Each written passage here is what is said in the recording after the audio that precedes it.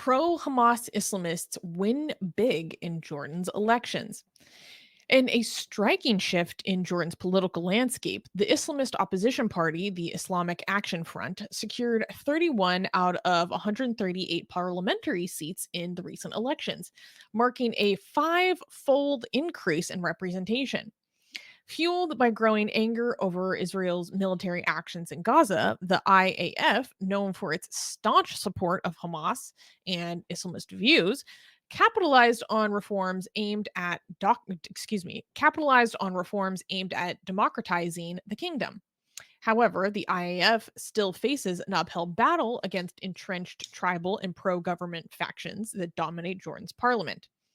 Well, the party's hardline positions and platform support for Hamas resonate with a significant portion of the population, particularly on issues like Israel and social conservatism. Experts suggest that the IAF's real power may remain limited. King Abdullah II retains control over major political decisions, including the appointment of the prime minister and cabinet, making the IAF's gains largely more influential in the civic and social space in the context of the kingdom's overall political structure.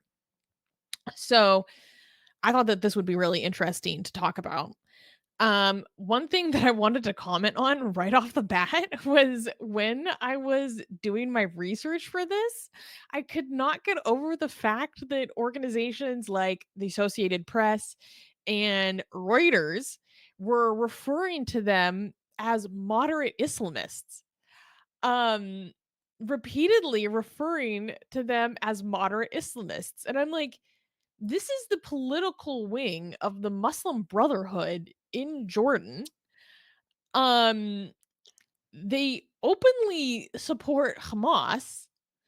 Like, I also the idea of like a moderate Islamist in general always confused me. Like, I don't like when people say like Islamist extremism because it implies that there is a moderate version of Islamism that is acceptable.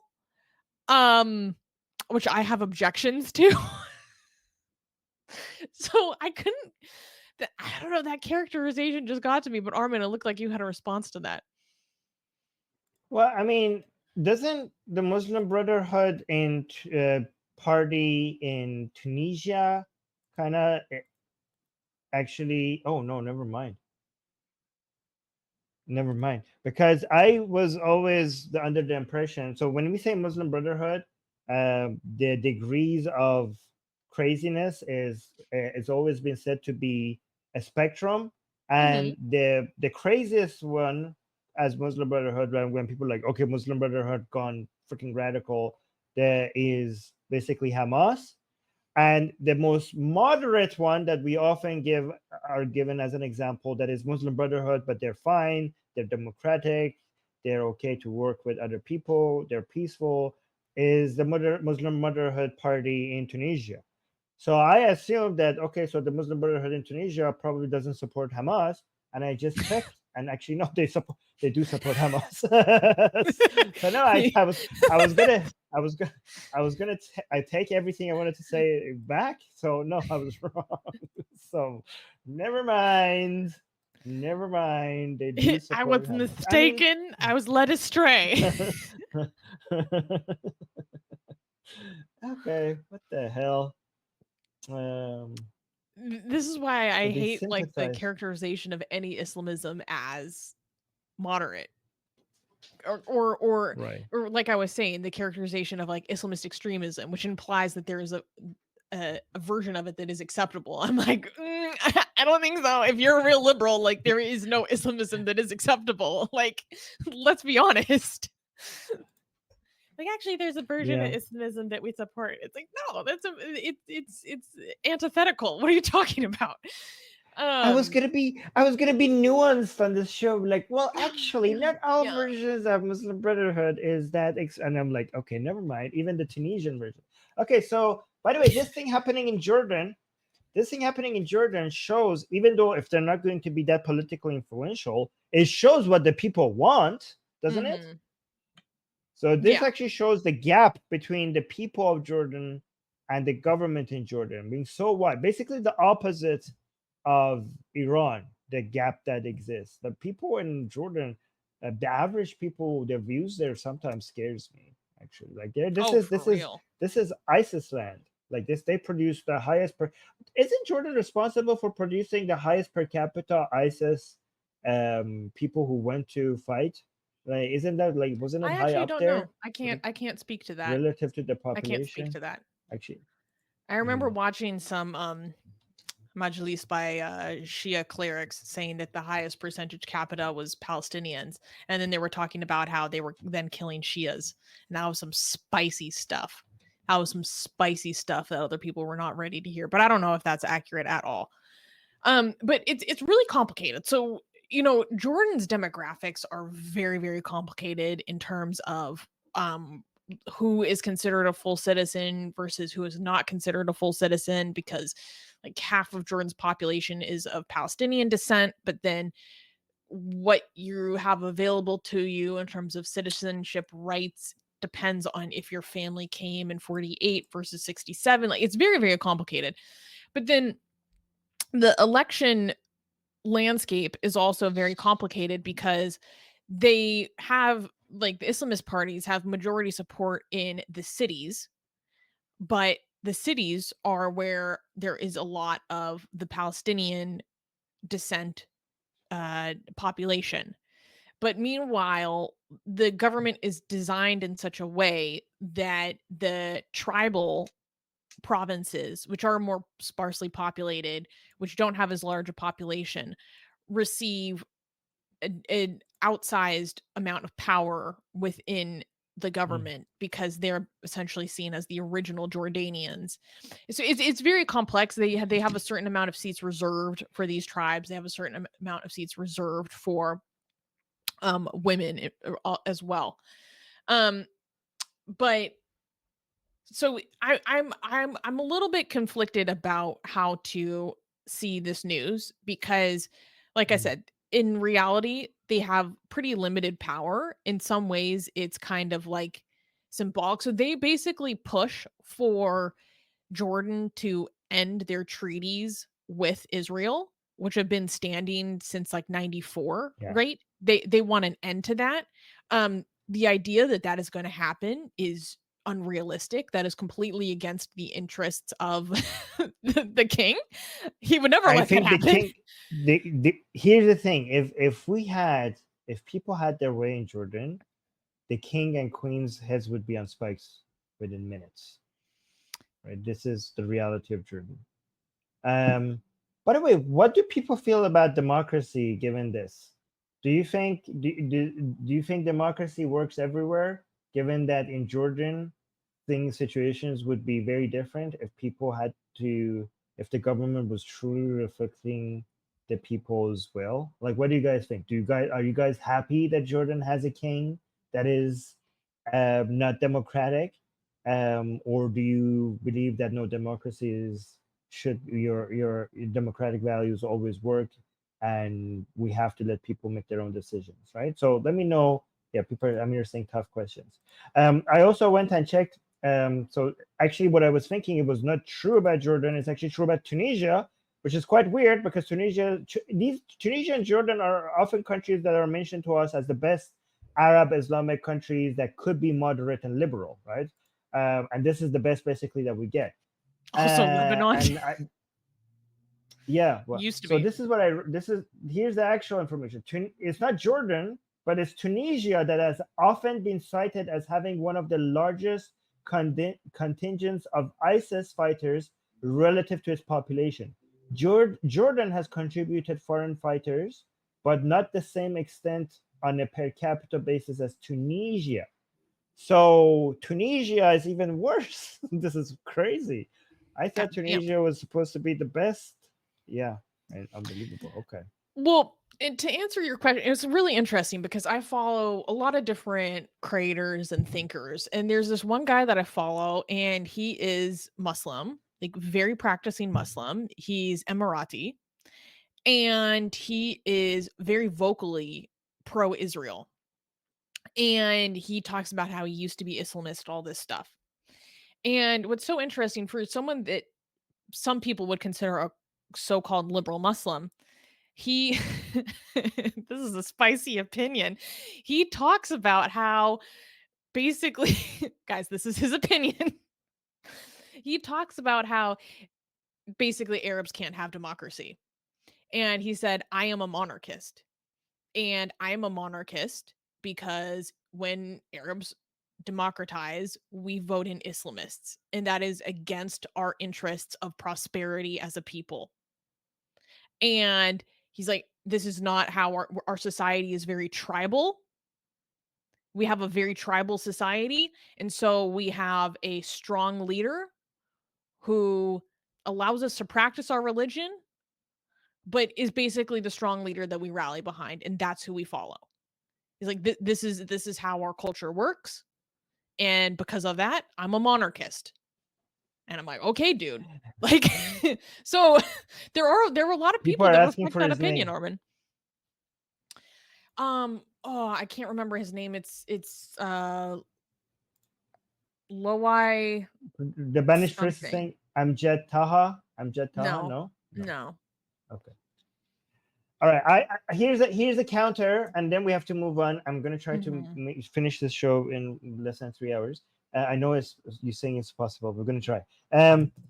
The counter is that if you keep monarchy or a dictatorship, this problem will persist.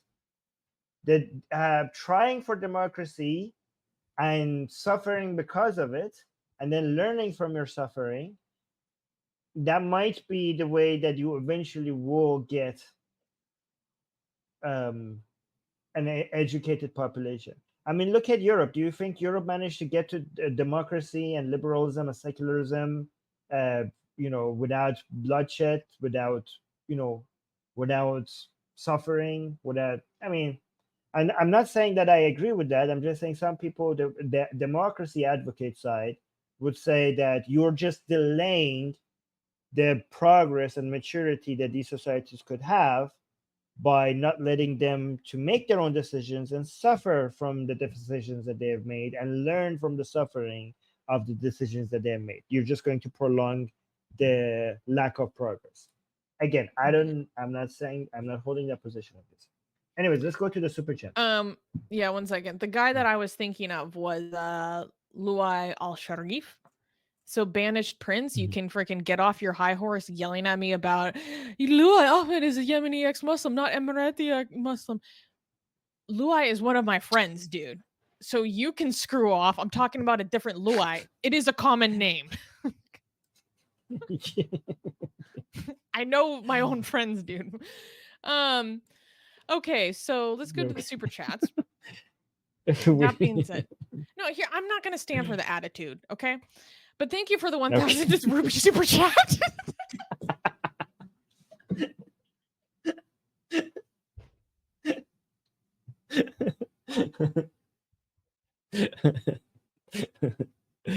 Oh god, this is Ay, funny. ay, ay. Okay. So, oh my god. Okay. Saying I remember Professor Nassim Talib talking about mentioning this last year itself when IDF soldiers stripped Hamas naked. He said Israel was not eliminating Hamas but creating Hamas squared. He feared Hamas would rise in Jordan. It seems he was right. Okay, let me be clear. Nassim Taleb is someone who I think is a very interesting intellectual. He has lots of teachings that I find very powerful, particularly his concept of anti fragility that has been very useful in my own life. My observation is that when it comes to other matters, um, I don't find him to be very intelligent. And this is one of those issues. So I don't Yeah. I don't think that this isn't a new phenomenon. This attitude, like I don't know if people know that in Jordan there are mosques literally blasting on their loudspeakers like we are all Hamas. Um so regardless of what the IDF was going to do, it's going to fuel anti-Israel sentiment. Like I've come to that conclusion so long ago. It literally doesn't matter what they're going to do. There because what the mistake is thinking that there is a form of engagement with Israel that would be acceptable. The mistake is thinking that there is a form that Israel could engage in that its opposition would find acceptable. The only acceptable opposition is the elimination of the state. So, like, I kind of think that it doesn't matter. Can I just respond to this comment? I'm going to defend the IDF. The correct objective is not to eliminate Hamas. Obviously, eliminating Hamas means eliminating an ideology, which is not achievable through military, method, using military, using guns and bullets. You're not going to be able to kill an ideology. But that doesn't mean that what they're doing is not correct. The correct objective is to remove Hamas's military capabilities in Gaza and also remove their capacity for them to control Gaza. That is the military objective, and they are very successful at doing so.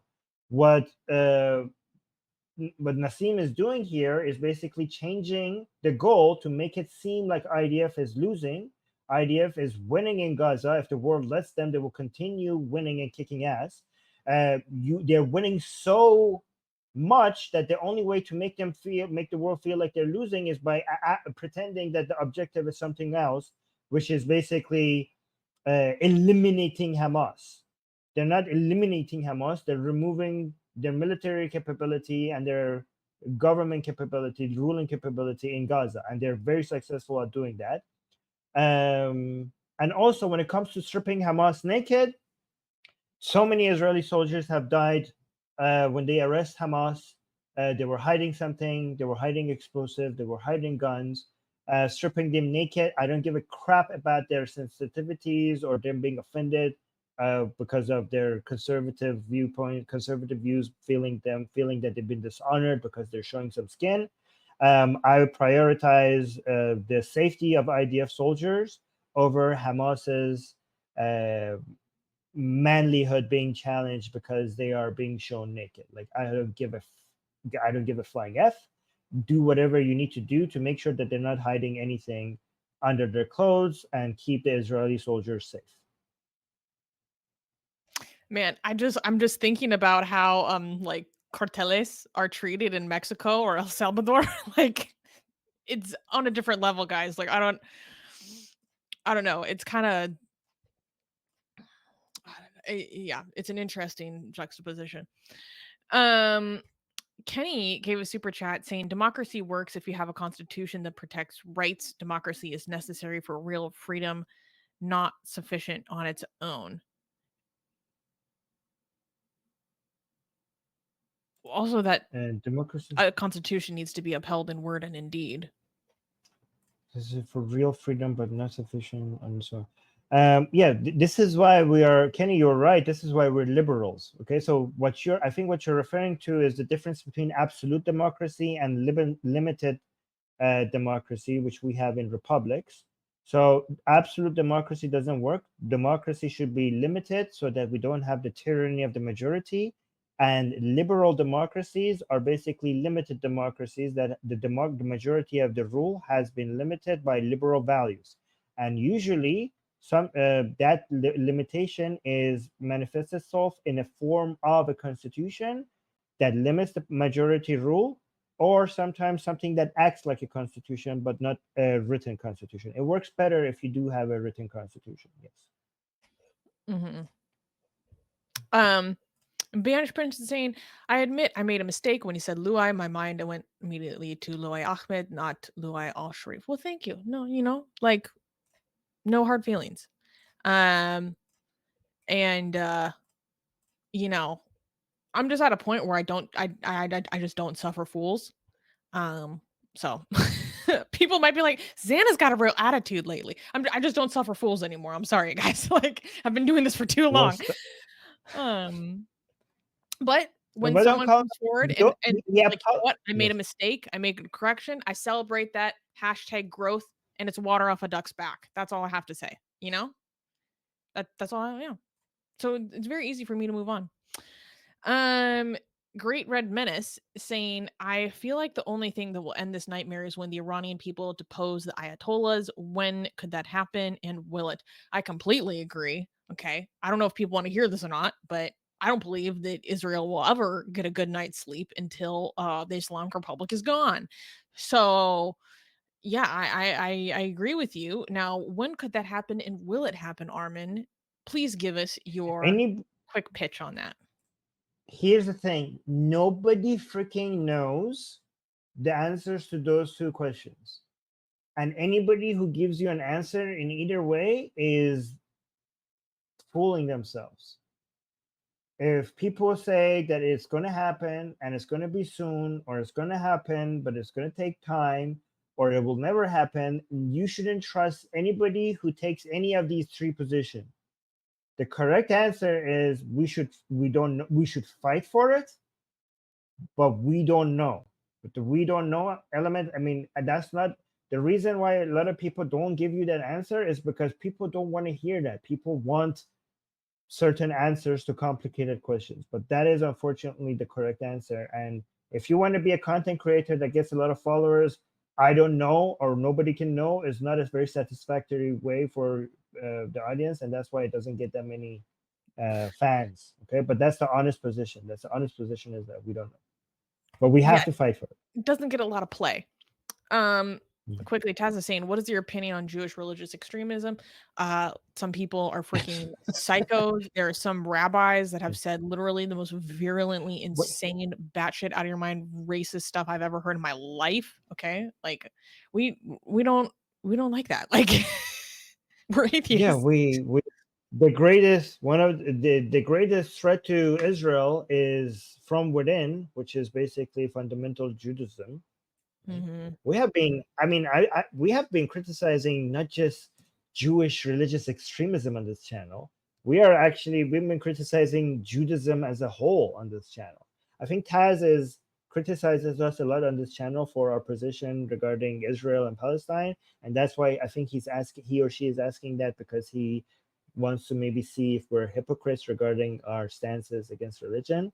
But yeah, we have gone after Moses himself. We have made blasphemous arts against Moses in the most in the most blasphemous way. So this is, if you're trying to find some hypocrisy and double standards on this channel, you won't find it. Sorry. Um, okay, so then do you mind answering this question from Gajan while I take a quick bathroom break? This super chat? Yes, of course. Okay. No worries. Yeah.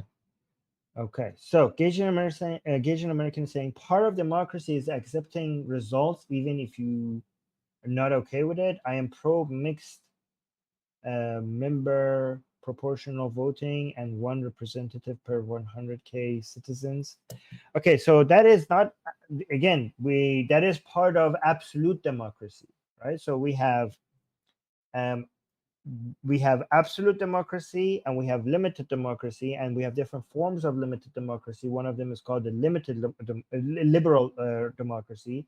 Liberal, when you say liberal democracy, the word liberal and democracy are actually at odds with each other, because liberalism believes in certain principles that are not up for negotiation. So when you say liberal democracy, there's a struggle, there's a conflict between these two, right? So when you say part of democracy is accepting the results, even if you not like it, not if you're a liberal. If you're a liberal, you do not allow the majority to vote for illiberal values. For example, if you're a liberal democracy, you do not allow people to vote in slavery.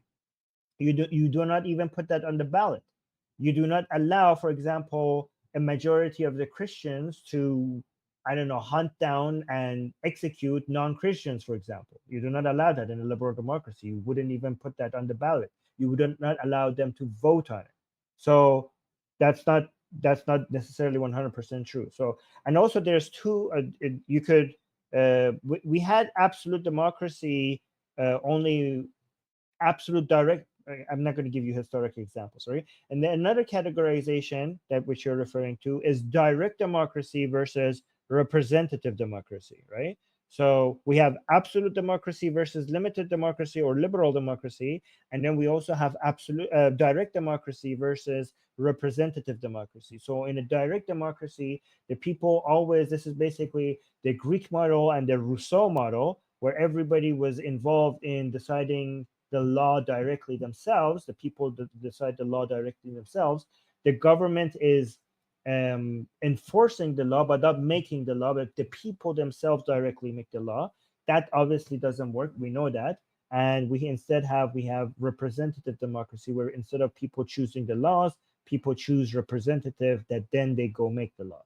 Do you know who makes the most amazing, gorgeous, and other adjectives that I can't use here on YouTube, blasphemous art ever? We do! And for some reason, we are giving it away for free. Download them now using the link in the description before we change our mind.